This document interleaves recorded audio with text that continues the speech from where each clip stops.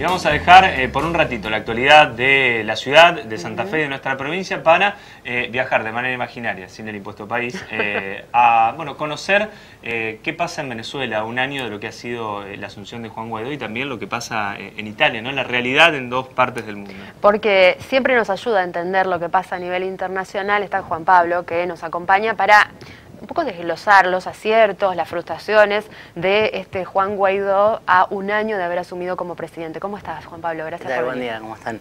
Sí, exactamente ayer se cumplió un año que asumió la presidencia interina de Venezuela. Esto, para refrescar un poco, fue debido a que él es elegido presidente de la Asamblea Nacional, que ya desde hace varios años está en manos de la oposición, la mayoría en Venezuela, de lo que sería nuestro Congreso, por analogarlo. Y la oposición interpreta que al no haberse seguido el procedimiento habitual para elegir presidente había cefalía, porque no una elección legítima. Entonces, en ese caso, la misma Constitución propone que el presidente sea el presidente del Congreso. Entonces, en este caso, Juan Guaidó, así de alguna manera, esa interpretación. Obviamente es una interpretación a la cual el chavismo o el madurismo no adhiere. Y se genera este doble comando que hay hoy en día en Venezuela de, por un lado tenemos a Nicolás Maduro y por otro lado tenemos a Juan Guaidó.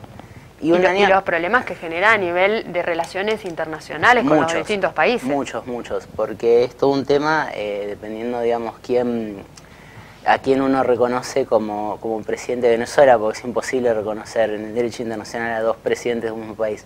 Entonces, bueno, inicialmente Guaidó había obtenido el apoyo y lo tiene todavía de Estados Unidos, obviamente, y de todos los países, incluida Argentina, que era el Grupo Lima. Ahora Argentina está revisando su posición, tratando de llevarlo un poco más a lo que fue la posición de Uruguay, no sé si la sostendrá ahora la calle Pou, y lo que es la posición de México, que por ahí Argentina y México van a ser los dos países, digamos, menos alineados a Washington, creería yo, en la región en estos próximos años.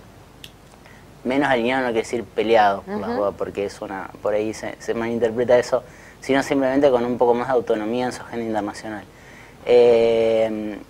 Y bueno, analizando específicamente a Guaidó, inicialmente tuvo un inicio bastante fuerte en el que se pensaba que iba de alguna manera a sacar a Maduro del poder, pero finalmente se comprobó que eran muy pocas las Fuerzas Armadas que lo apoyaban. Entonces, por ahí ese comando, esa operación, no recuerdo si se llamaba Libertad o Libertad, sí, no dio el resultado que quería.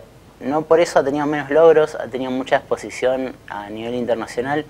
Creo que eso ayudó mucho a que se vea la peor parte de lo que es Venezuela hoy, que no es la disputa política entre estos dos sectores, sino lo que le pasa a la gente. Claro, que nosotros lo vivimos en primera persona, porque si uno recorre las calles de la ciudad o de la provincia, se encuentra con venezolanos que han escapado de su país para comenzar una nueva vida. Bueno, y le han encontrado muchos aquí en la ciudad de Santa Fe. Así es un tema bastante complejo en el cual la gente decide irse a otro país donde tenga mejores oportunidades. Y bueno, esto es un poco lo que sale a la luz a partir de que entra Guaidó en el poder. También con el informe que hizo Michelle Bachelet de Naciones Unidas.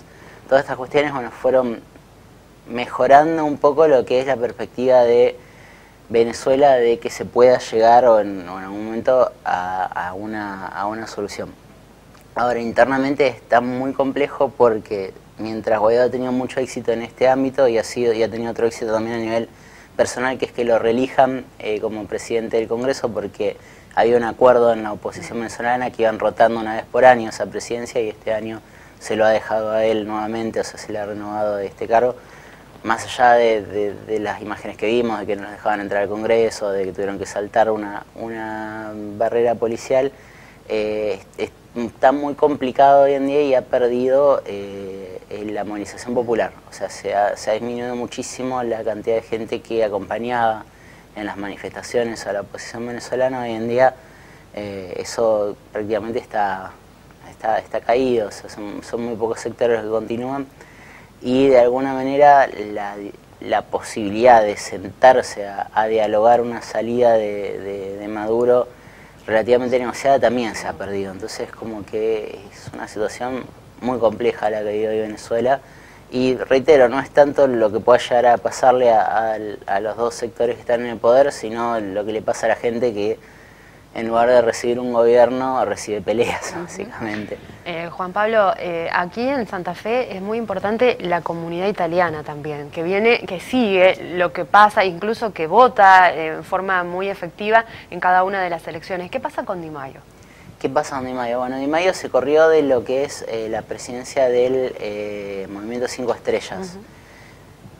Está dividida la opinión, en realidad, de qué consecuencias puede traer esto. Para, digamos, dejarlo claro, el Movimiento 5 Estrellas con el Partido Democrático son hoy los dos partidos que tienen una coalición que gobierna en Italia, de la cual ha salido el primer ministro Conte, y Di Maio ejerce como canciller. No va a dejar su cargo como canciller, sino que va a continuar. Lo que deja es la presidencia del partido del Movimiento 5 Estrellas. El Movimiento 5 Estrellas es un partido que surge allá cuando estalla la crisis del 2007-2008, la crisis económica internacional, y es como el Podemos de Italia, o sea, para no hablarlo con España. Es un partido que surge por el descontento, sobre todo de los sectores medios, con la política tradicional. Es un partido antisistémico, como todo partido antisistémico, rupturista. Cuando llega al poder tiene grandes dificultades, porque el problema de la teoría antisistémica es que uno necesita estar el sistema para que el propio sistema desaparezca. Ese es el problema, porque uno necesita al Estado para transformarse, o sea, no lo puede transformar de otro ámbito, el Estado no puede dictar su transformación desde otro ámbito que no sea el mismo, o sea, es una contradicción, pero lamentablemente en este aspecto es así.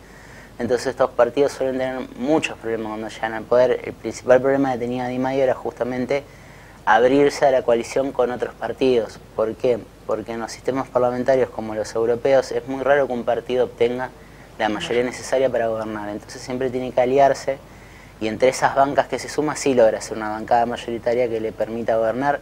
En los sistemas parlamentarios no está dividido el poder ejecutivo del poder legislativo, sino que son coordinados, y de hecho el primer ministro en este caso es el líder de la bancada mayoritaria. Es como si en este momento en el Congreso fuese el líder del partido argentino que más votos tiene, fuese el presidente en lugar de Fernández.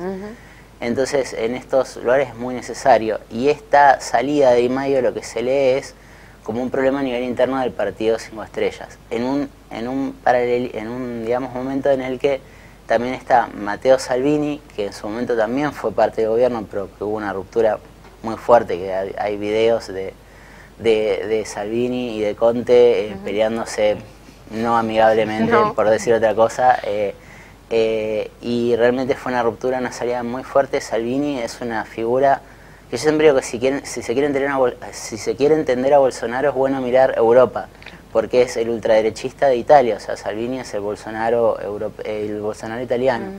Y de alguna manera el problema hoy es que todo este voto antisistema que tenía el Movimiento 5 Estrellas se va perdiendo y se va yendo hacia la ultraderecha, hacia Salvini, y ahí hay un tema a futuro, porque se piensa que en realidad el gran artífice del triunfo del Movimiento 5 Estrellas en el 2018 fue justamente Di Maio. Entonces el tema ahí es qué va a pasar si él se va, quién va a gestar las elecciones, quién va a dar las estrategias, va a tener el mismo éxito. Ese es lo que por ahí se preguntan todos, y se ve complicada. Y la verdad que Italia viene ya de hace bastante tiempo con conflictos políticos. Bueno, uno escucha esto y dice, la política en nuestro país es un jardín de infantes, ¿no? En comparación a lo que fue el enfrentamiento de Salvini y Conte, sí, sin duda, porque fue terrible. Y el tema hoy de la política italiana pasa mucho sobre las cuestiones del déficit, porque ya tienen muchísimo déficit, y una de las medidas que han tomado, por ejemplo, ellos recientemente, es la de reducir legisladores. Justamente se ha sancionado una ley para reducir la cantidad de legisladores por la cantidad de pobladores. Entonces se ha reducido por ese lado. Se intentó en su momento eliminar una de las cámaras. Es problemático porque el tema es que Italia tiene una historia con el fascismo, entonces las dos cámaras son una garantía de que quien está en el poder no tenga el control absoluto. Exactamente, entonces ese proyecto se abandonó, menos legisladores cuadró por ahí, algunos partidos no estaban tan de acuerdo, otros sí, pero finalmente salió. Y bueno, es como que la crisis política viene un poco siempre de la mano de esta crisis económica que tiene ese país de hace ya varios años, ¿no? Gracias, Juan Pablo. Seguramente la semana que viene abordamos otro tema de esos que pasan a nivel internacional, que quizás vemos los titulares y no los terminamos de dimensionar en la magnitud que tienen, tanto en la relación con Europa, en este caso como Di Maio, como en la relación que pueden llegar a tener con Argentina. Sí, y que siempre eventualmente son cosas que afectan a la Argentina, porque por ahí no es lo mismo para nosotros un gobierno de Conte que uno de Salvini, que podría ser bastante problemático para la Argentina, sin duda. Gracias de nuevo, Juan Pablo.